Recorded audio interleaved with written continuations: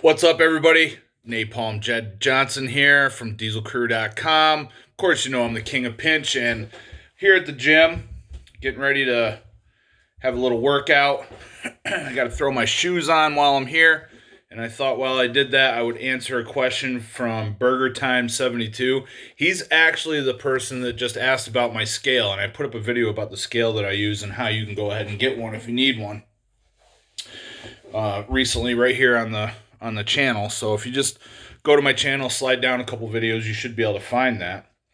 But the other question that he asked, this is something that I don't think I've ever been asked before. I thought it was pretty cool to think about it, and I thought I would go ahead and share my thoughts. He basically wants to know how I would compare myself to John Brookfield at this point in my career. So if you don't know John Brookfield wrote some of probably the most well-known actual hard copy books on grip training. He wrote the Grip Master's Manual and the Guide to Hand Strength. Grip Master's Manual and Mastery of Hand Strength. Mastery of Hand Strength was the other one. And he's put out several other products, maybe other books as well. He's also the originator of battle rope training, things like that. He's done some amazing long endurance steel bending, things like that. So he's no stranger to the world of grip by any means. He just doesn't get a lot. There's not a lot of attention around John Brookfield these days because Brookfield never really made a real solid transition into websites and things like that. So I just think he kind of got left behind as far as that is concerned. As far as John's current strength level, I really have no idea. I really have no idea. Now, the cool thing about John and his books is I feel that they were something that primed my ability to think deeper about training, especially about how to accomplish something that I need to accomplish, even though I might not have the equipment that I would like to have. He was just able to introduce so many different ways of training the different aspects of grip strength. And he used to share all kinds of homemade pieces of equipment. There's a lot of that stuff in his manuals. He used to have a piece on the Iron Mind website that he would do every so often. A lot of it was homemade stuff, just stuff laying around your house. But as far as his current strength levels, I really have no idea. Now, I know some things that I remember about John Brookfield was that he lifted the blob. I think he was the second person to lift the actual blob, the original blob that Richard Soren owned. I think so. I could be wrong on that. He was also one of the original number 3 closers that got certified. I don't remember in detail like the sequence. He might have actually been the second person to get certified. I really don't know. But I don't think John ever closed a 4 or anything like that. I don't think he ever lifted the inch dumbbell. Again, I could be wrong, but I don't think I heard any of that happening. I don't know of him ever entering a grip contest. I don't know about rolling thunder weights or any kind of standardized equipment. I don't know. I don't know about even like famous feats like 245s. I don't know if he was ever able to attain any of that stuff.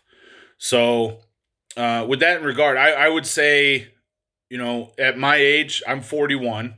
I would probably guess at John Brookfield's age of 41, if in his prime at 41, I bet I would be able to take him in a head-to-head grip challenge. Now, if it came to bending steel, especially scrolling, he would take like a 12, 16, 20 foot length of steel bar, and he would scroll it so tightly that he would be able to fit it inside of a briefcase. I never got into anything like that. So If we did a contest where it was 3 grip things and then 3 steel bending things, he'd probably have a good chance of whooping my ass. But as far as anything beyond that, I don't think it would be real close. I think I've got him in hand size. I think body weight. I don't know. I think he's gotten heavier through the years, so I don't think I outweigh him necessarily. But it's just so hard to tell. I have a lot of respect for John Brookfield. I'm not calling John Brookfield out, but I just don't think he maintained his level of grip specialization throughout the years like I have. So in other words, he diversified quite a bit, whereas I became more and more specialized in grip, especially grip competition style training and grip intensive feats of strength. He seems to have started there and then diversified in many other ways. And I know that he was running certifications on like battle ropes for a while in the mid 2000s, and he may still be doing that. I saw him one time doing uh, in Williamsport, Pennsylvania. I think it was 2008, maybe 2007, around in that time.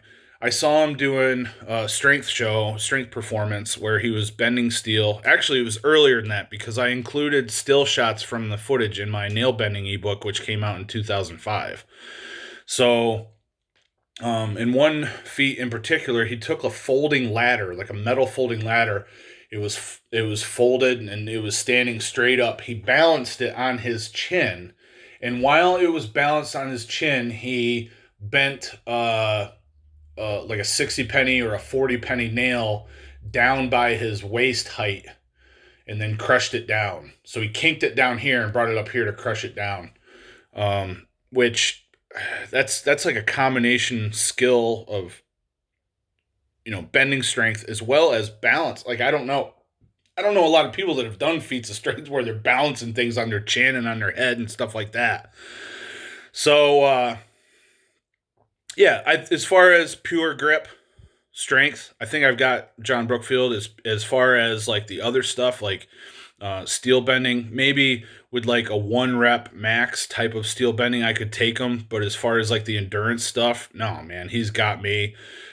Probably like his wrist strength would be just insurmountable, and I would imagine he would have a good chance at being a good arm wrestler. Maybe if we did something like a sledge choke or a pickaxe, that would be a good showdown. Um, I would imagine his wrists from all of the steel bending, the scrolling are just super super strong. But it's an interesting question, so I appreciate you sending that in. Thanks for leaving that comment on a recent video. I hope you liked this video. Give it one of these. If you did, be sure to subscribe and let me know what you think about John Brookfield's strength and how he and I would match up. I appreciate it. All the best in your training, everybody. Take care.